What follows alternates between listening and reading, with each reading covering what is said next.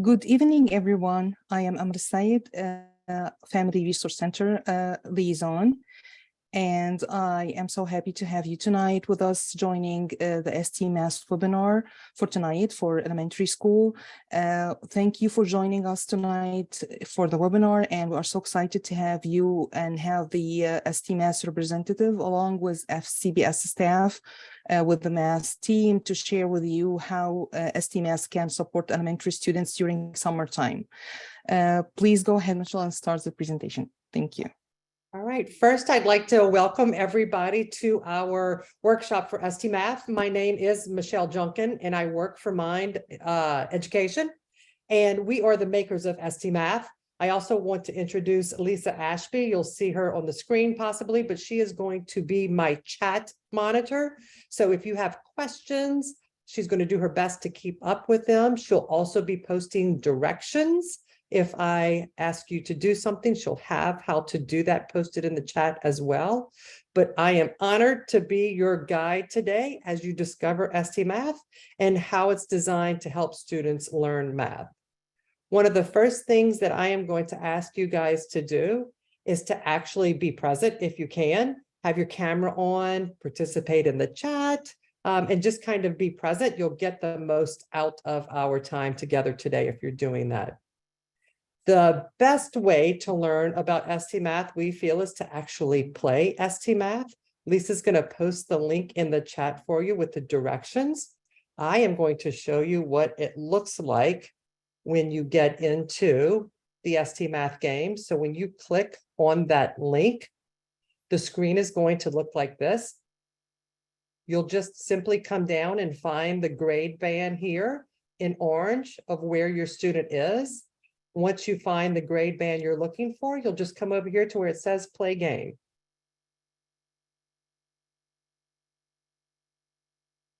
So click on that link that's in the chat. Choose your grade level game. Click the blue button that says play game.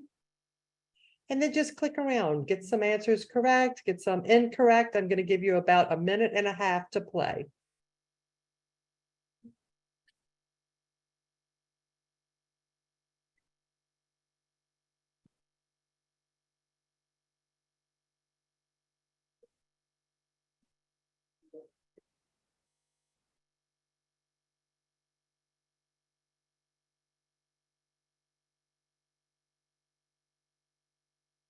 Don't be afraid to click around.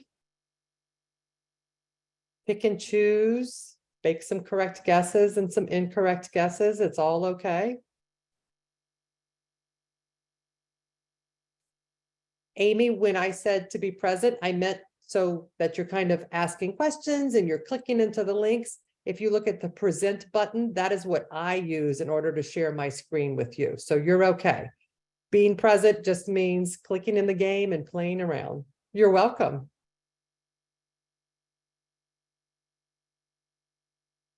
Got 45 more seconds to play.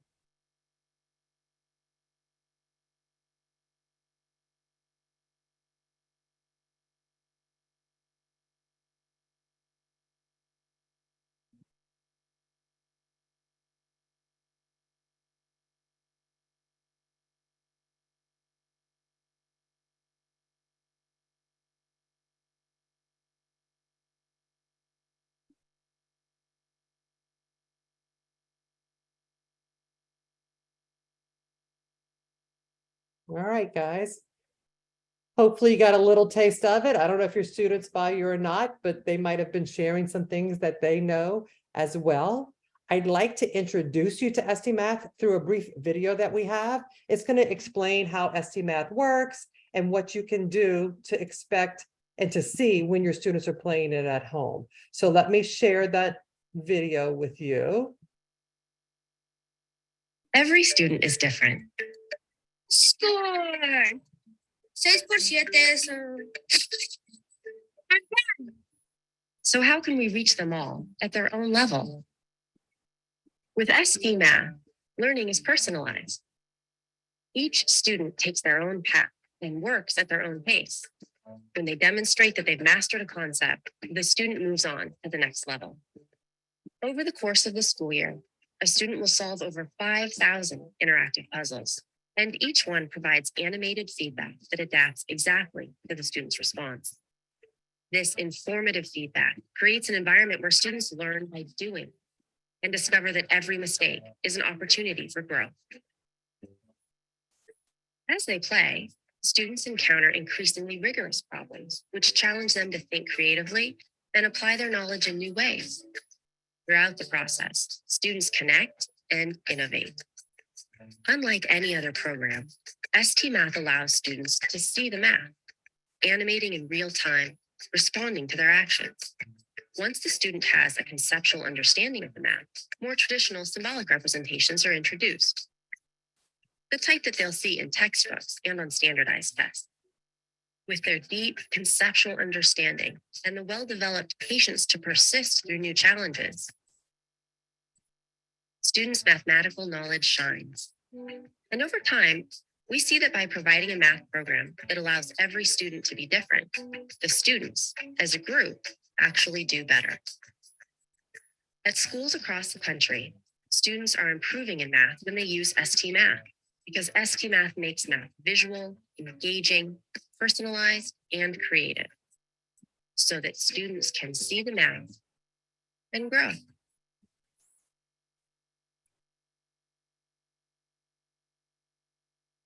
So that's just a quick explanation. We're going to dive a little bit deeper into all of the things that were talked about in the video. But before we do that, I'd like for you guys to be introduced to Gigi. Gigi is our ST Math mathematical ambassador, if you will.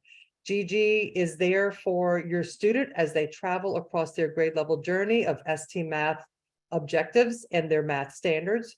We don't assign any identifying features like age or gender to Gigi because we want students to make Gigi whatever type of friend they need Gigi to be. Some students picture Gigi as a superhero or maybe as a best friend, someone there who's helping them on their ST Math journey. All of our standards in ST Math are structured around games and puzzles that lead students to an objective at the end of their bridge, if you will. A student knows they get a puzzle correct if Gigi crosses across the screen from left to right, sometimes up and down, it just depends.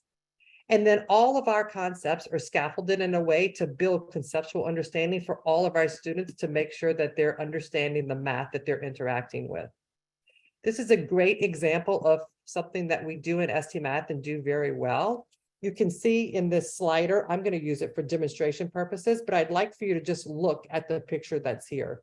This is exactly what we would start a student with in the beginning of a math concept. So as you can see, there aren't any directions on the screen, but I want all of you to reflect in the chat in about 10 seconds. What do you think I need to do in this game? What is the game asking me to do? If you'd like to share in the chat, we can read out some of those.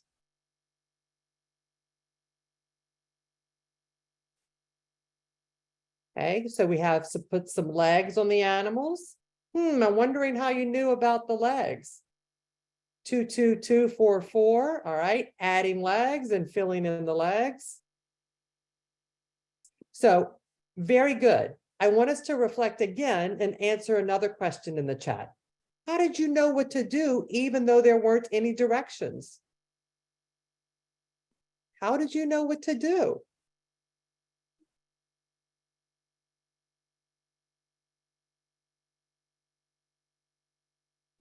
The missing parts of the pictures, patterns, okay. Because there are no legs that are filled in, awesome. ST Math starts completely visually and is accessible to all students because of the barrier of language and symbols is removed. You don't have to worry about speaking English or reading English in order to be successful in our math puzzles. As the students move through the levels of this ST Math game, it's going to begin adding in symbols to represent what the student is already doing. First, the numbers to represent the number of animals, then the symbols for the addition and multiplication until the student is solving the puzzle completely symbolically. Of course, solving symbol equations and expressions is one of our goals in ST Math, and that's what students need to know how to do. But first, we find it so important, the need for students to be able to build that conceptual understanding of math. And by starting visually, students are able to build towards the symbolic, and they have that deeper conceptual understanding. The ST and ST math, if you aren't already familiar, stands for spatial temporal reasoning. And so spatial temporal reasoning involves transforming, relating, and comparing physical and mental images in space and time, or the ability to move objects in space and time kind of in your mind. One way to understand this definition is to think about spatial temporal reasoning in action. For example, have you ever had to pack a car for vacation and wonder how you were going to fit everything into that big suitcase or trunk? How is that even possible for all of your family's things to fit into? That requires you to use your spatial temporal reasoning. It comes into play in so many levels in real life. We have many examples of when you need to manipulate objects in space and time in your mind, or to be able to move them in order to know what to do. One of the important things to remember is that this spatial temporal reasoning occurs naturally in humans. We all have it, and it can be improved with practice. That's all great and fine. What does it look like when it comes to math? Here's an example of something that might come out of any textbook a student might be using at school. It's to estimate the sum 7/8 plus 12/13. How many of you remember a math problem that looks something like this? Very familiar. I will tell you, the majority of students put the correct answer as being C and or D. A lot of times they look at this and go, well, 7 plus 12 is 19. That might be my answer. Sometimes students look at 8 plus 13 and know that it's 21 and go with that answer. They're simply just adding across the top or across the bottom.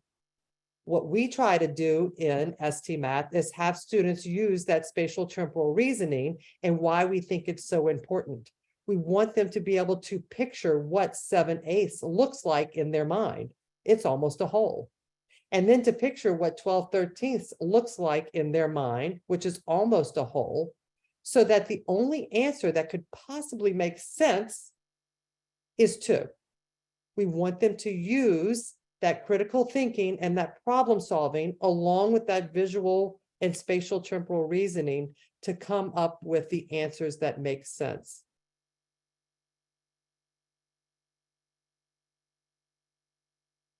Here's another game in ST Math. This game is actually called Gigi Cycle. I'm going to go live to the game to model for you what this spatial temporal reasoning looks like in one of our games here. You can see that we've got Gigi on the screen and some balloons. And as I move my balloons to this 1 on my number line, we can actually see that wheel that Gigi is on unfurl and land on the 1. That's that visual component there. Now we can start building that schema of what we know to then apply it to a new puzzle where Gigi's standing on 5 complete circles. And so we've built up that spatial temporal reasoning. We've reinforced what we thought was going to happen, and we can actually now watch it play out. We've got a visual example of what this might look like, in addition to having some markers down here to help us figure out how this is going to happen. We can see the visuals change, and we can apply the same or different thinking as we take action in these puzzles on the screen. I can see Gigi now standing on top of a quarter of a circle and use that to help me figure out where Gigi needs to go.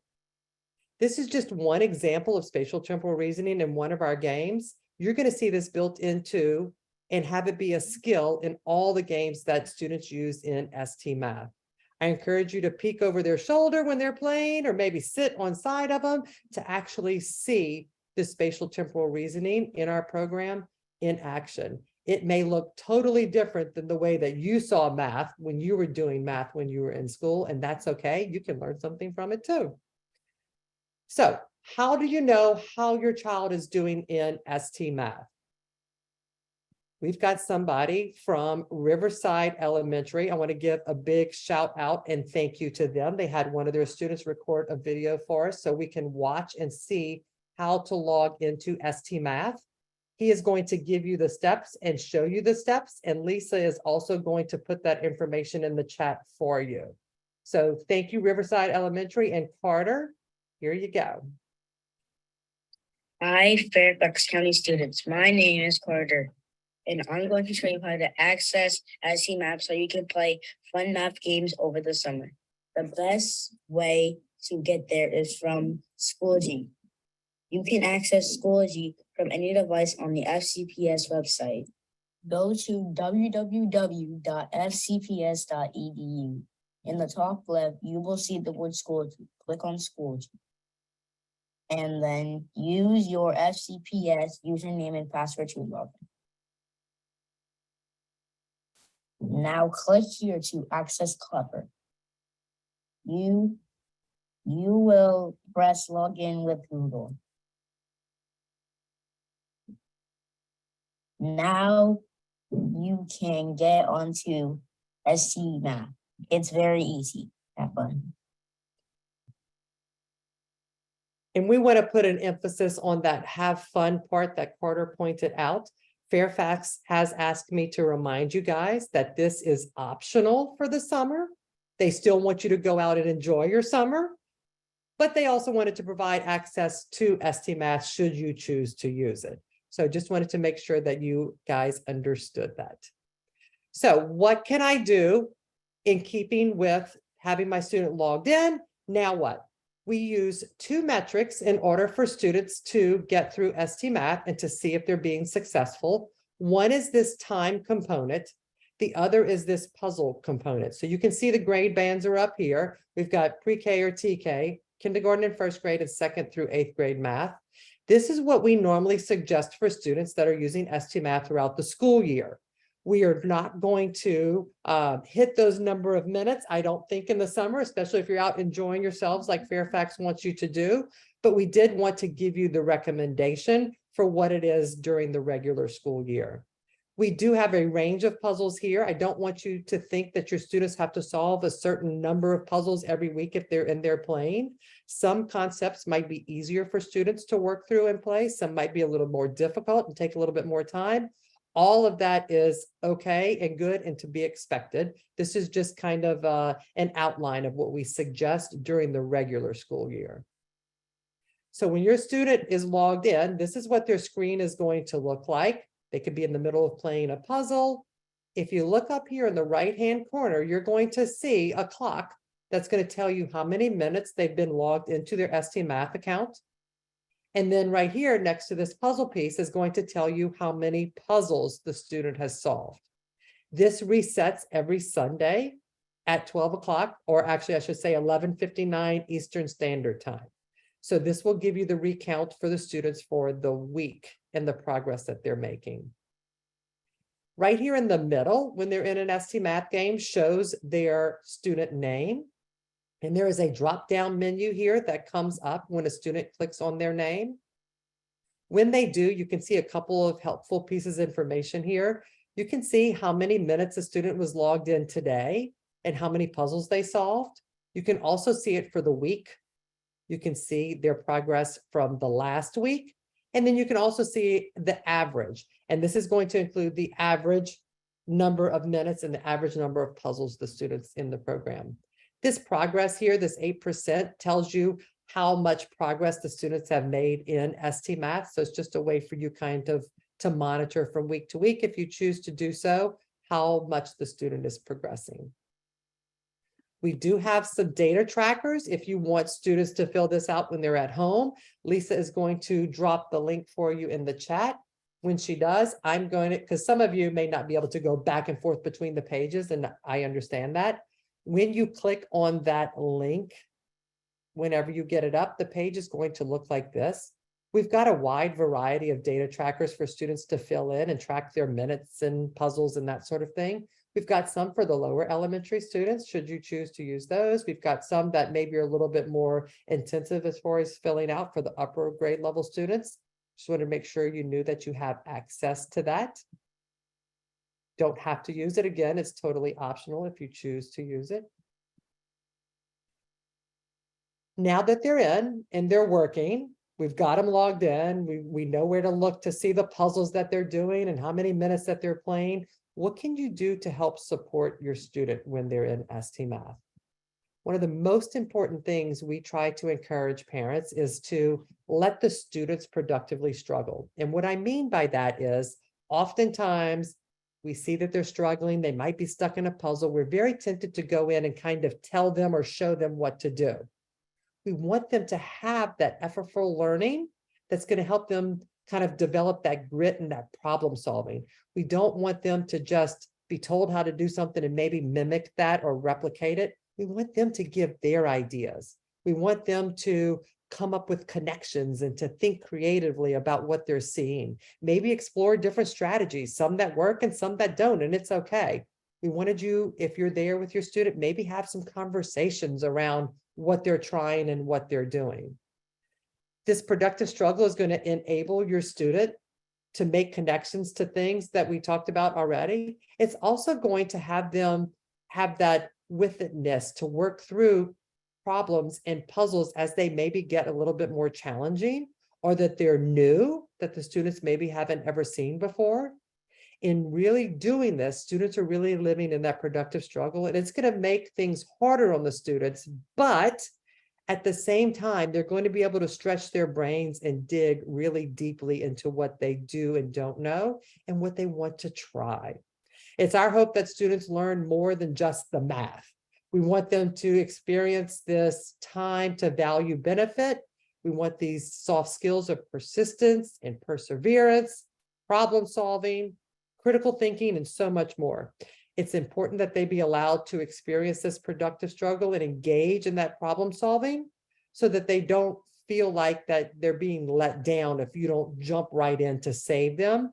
You can let them know that you're trying to give them opportunities to learn and experience things on their own. So this problem solving process has a couple of components to it. We are going to give you some tools that you can use as you're sitting with your student and they're working through this. These are some of the steps that you're going to see in the resources that I share with you. First, just to highlight, it has students notice and wonder. They'll move into predictions and justifications. They'll test and observe their predictions and watch formative feedback that they get.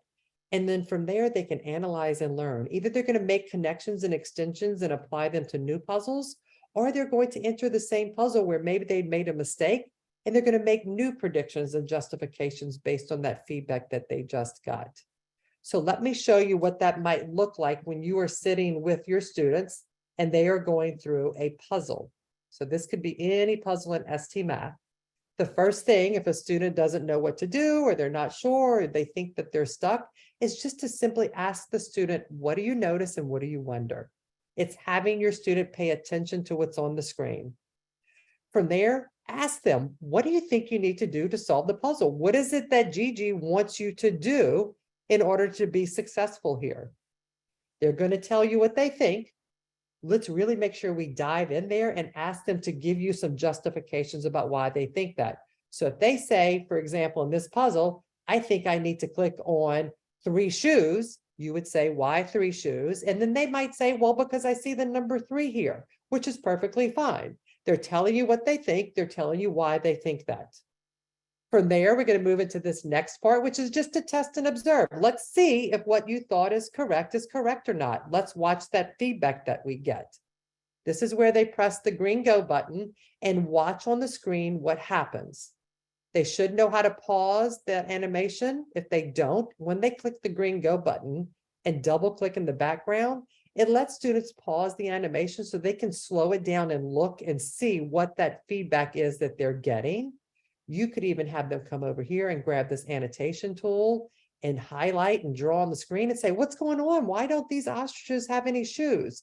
And try again to elicit and ask some questions about their thinking about what we possibly got correct or incorrect.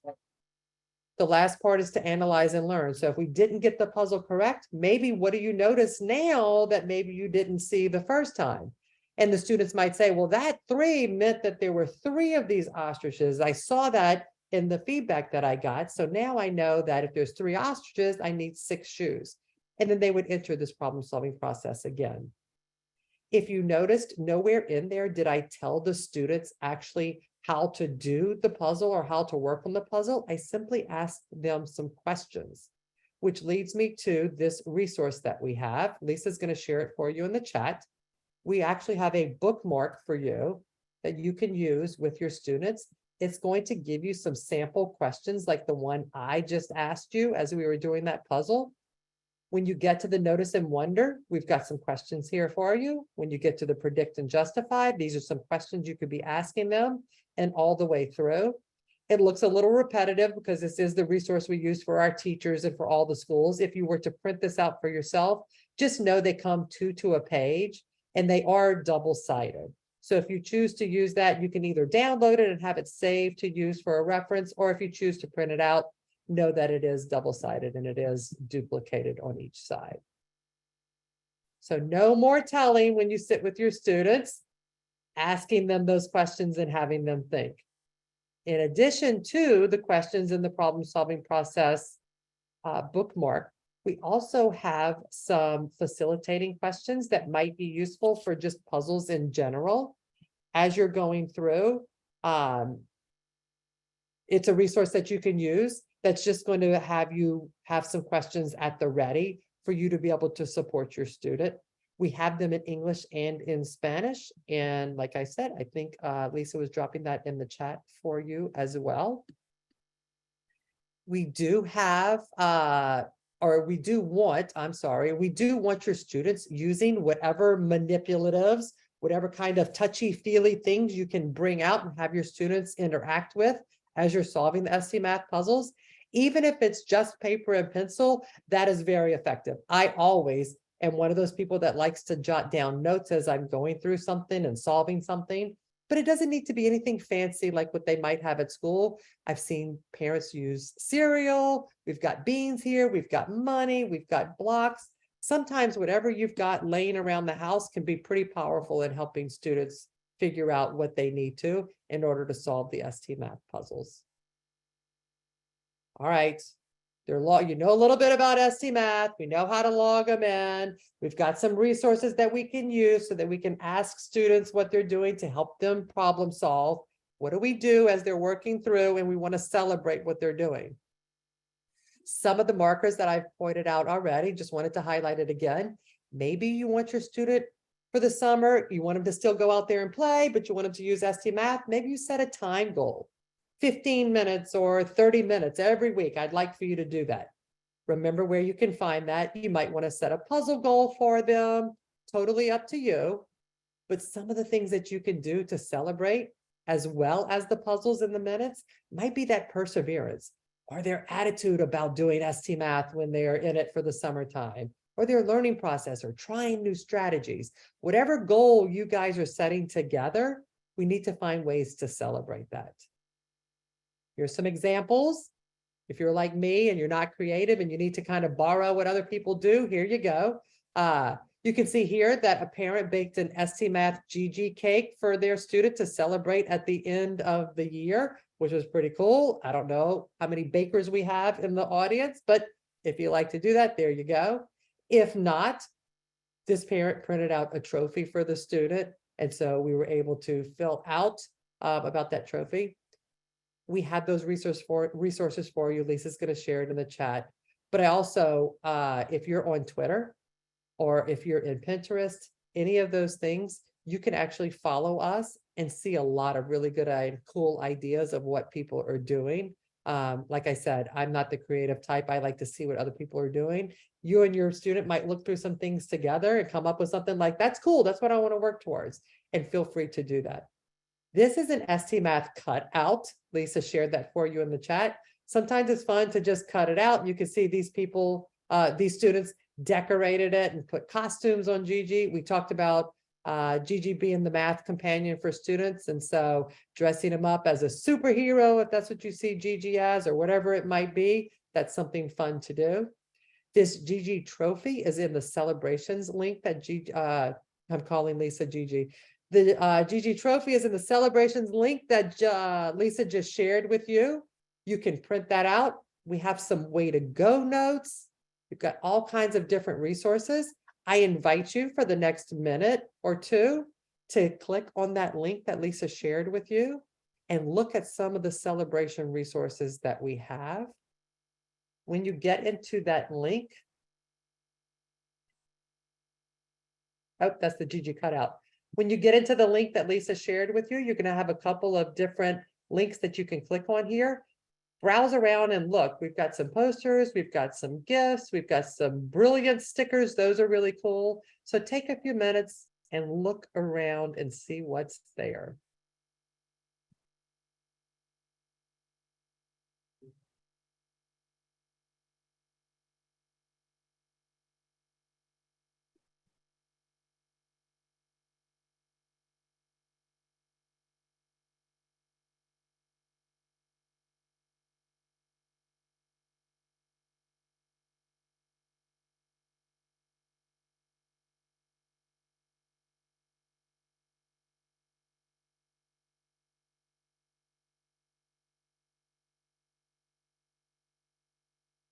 If you're finding something that you really like and you want to share it with us, that would be great. Sometimes you're not quite sure what you're looking at until somebody shares something and you're like, oh yeah.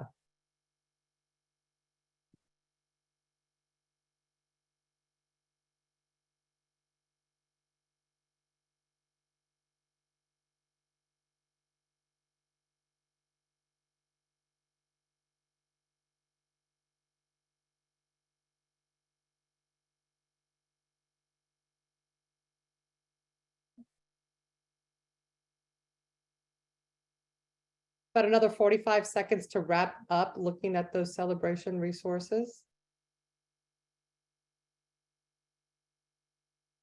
If you joined late, I'll go ahead and I'm looking at the chat. I actually had a second to look. This session is being recorded. And so if you join late, you'll be able to watch the recording.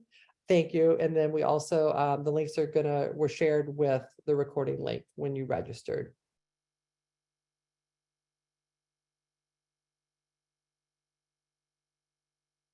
Before I go any further, I know Lisa's been doing a great job keeping up with questions, I'm sure. Is there anything, because we are a little bit ahead of schedule, which is fine. Is there anything that I can maybe, Lisa, is there something that's standing out that's much better explained verbally than if you're trying to chat about it? Yeah, one of the questions in the chat was, what do you do if everyone is stumped on a puzzle? Parents, student, no one's quite sure what to do. Okay. So a couple of suggestions that I would, because of course you're not the teacher, you don't have access to all the resources that a teacher might necessarily have. One thing that I find could be powerful is to actually, we have game mats, but you can't use a game mat when you're playing at home. So give me just a second. I'm gonna go back here so I can show you exactly what I'm talking about. Tried to find a game. Here we go.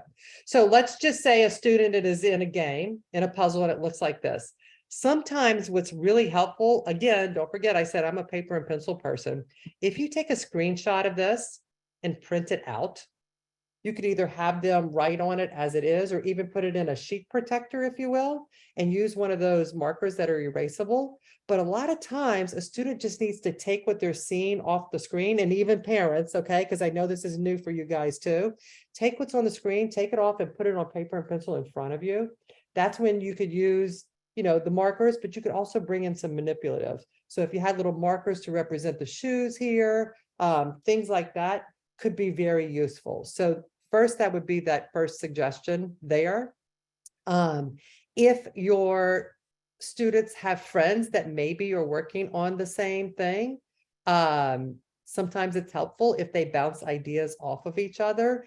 We don't necessarily want them getting answers from each other all the time. That's totally not what I mean. But if they're truly stuck on something and you are as well, even you could reach out maybe to another parent to see if they're having success in solving that.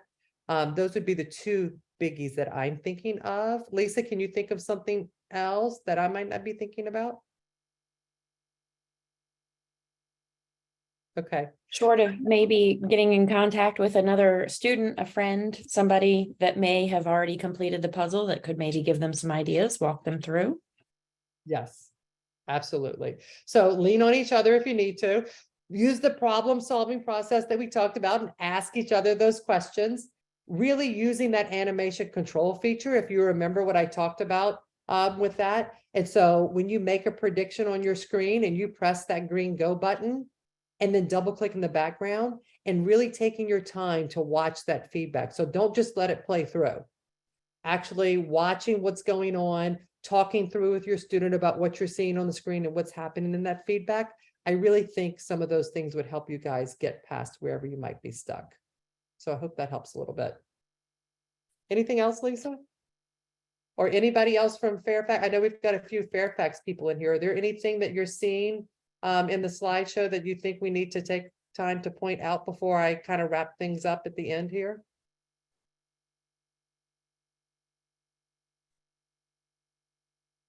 I don't think so, Michelle. All right. So just one more resource to share with you guys, and this is going to be helpful as well. Again, Lisa, my wonderful chat monitor over there, is going to share the link in the chat for you.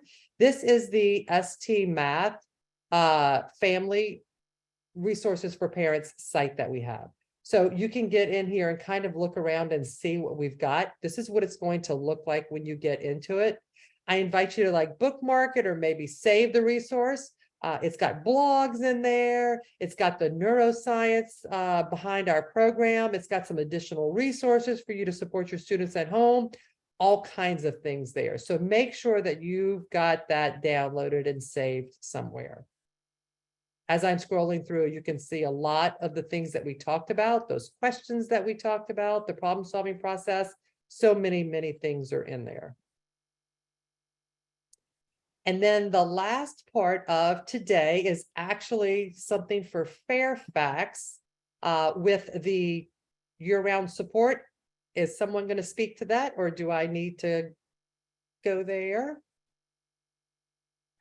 I can do it.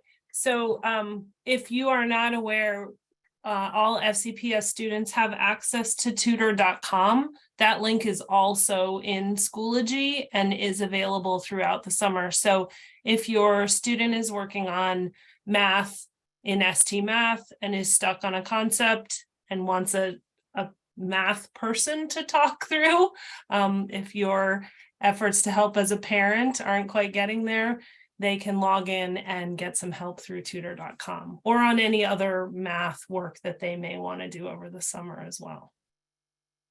Jennifer, thank you very much. So there you go. There's another way for you in case you and your students are stuck. You can use tutor.com. There you go. That's perfect. And then honestly, we have finished, except in case there's any questions that anybody might have.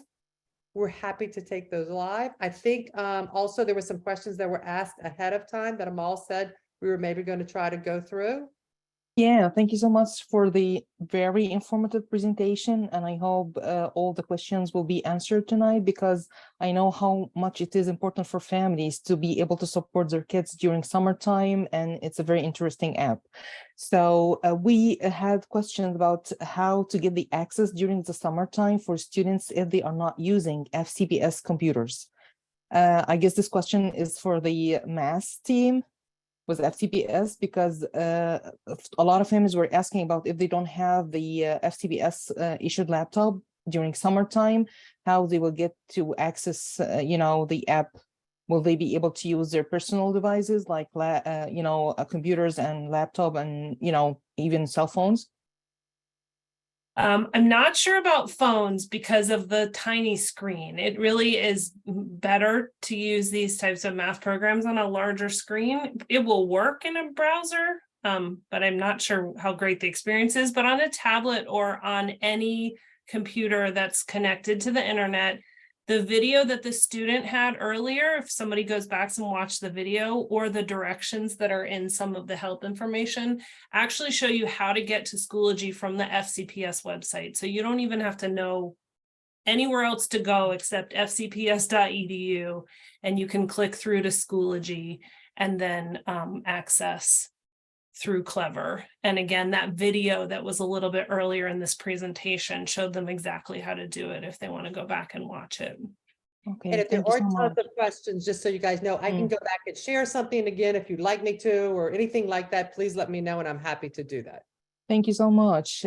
Well, also, we had some concerns about if families are outside of USA, will they be able to have access to the app if they are outside of the United States? They do. We actually have a school in South Africa that we are working with right now. So it doesn't matter where you are, you'll have access. As long as you have the app or an internet connection, you are golden. Awesome. This is great. Yeah. So also we had some questions about the kindergarten, readiness. Is there a part of the application that can help students who are, rising first graders or in kindergarten, or it's only for elementary, from KG 1 to? So I don't want to speak over Fairfax. If you guys were registered in Fairfax last year, you had yourself in Fairfax schools last year, you can access the program. The problem would be if you were not in Fairfax last year, you're not rostered into ST Math to be able to access that. I don't know if you guys want to. I feel like the question was really about the grade level. So yes, Oh. ST Math absolutely has content for kindergartners. And if Okay. your kindergartner does not know their login, I would contact their teacher, email their teacher before they leave, because all students have a Google login. It's their student ID number, but they also need a password. So you need to find out. But as we just explained, if you're a rising kindergartner, going to be a new student in the fall of 2023, those students will not have accounts created until school starts in the fall. And is that apply also to the students who are coming new to the county and they are just registered and they still don't have access, like if they are This in, is not working for me. I'm sorry?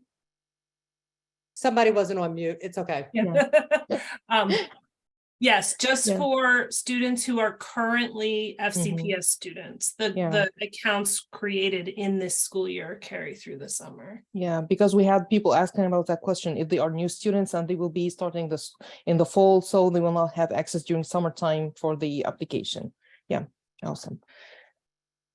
So, well, I guess this covered most of the questions we had, and we will be sharing the recording with all the families who registered for the webinar, and also the links which were shared in the chat. And I hope if families have any questions, they reach out to the Family Resource Center. You can reach out to us by email using frc@fcbs.edu. You can email us and we can send you the resources we have and any information we have. And if you have questions, please let us know. We will give some time for more questions in the chat. If someone wants to ask more questions, please go ahead and put your questions in the chat.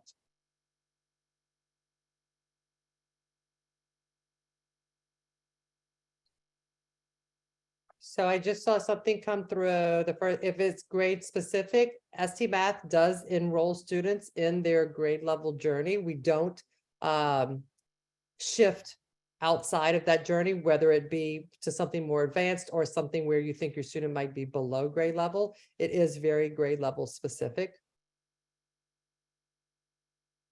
Thank you. Also, we have a question about how families can monitor, the progress, or if they can choose specific skills for children to learn. So no specific skills. They're going to follow. I'm not sure if you guys remember at the very beginning, we've got our objectives and the way our puzzles are set up or scaffolded to build one concept on top of another. And so their journey and the way that we had that set up is set. The other part of that was, you asked me and I forgot already. Yeah, it was mostly about, if they can, follow the progress and see how they did. Yeah. Okay. And so the other part of that progress was, I'm not sure if you remember, and I can share the screen again. If you're looking at the top of the student screen on the right-hand side, you'll be able to see how many minutes and how many puzzles the student's doing, as well as if you click on the student name when they're in their account, you can see how many minutes they've spent this week, last week as an average. It will tell you their percent progress, how much progress they've made in ST Math.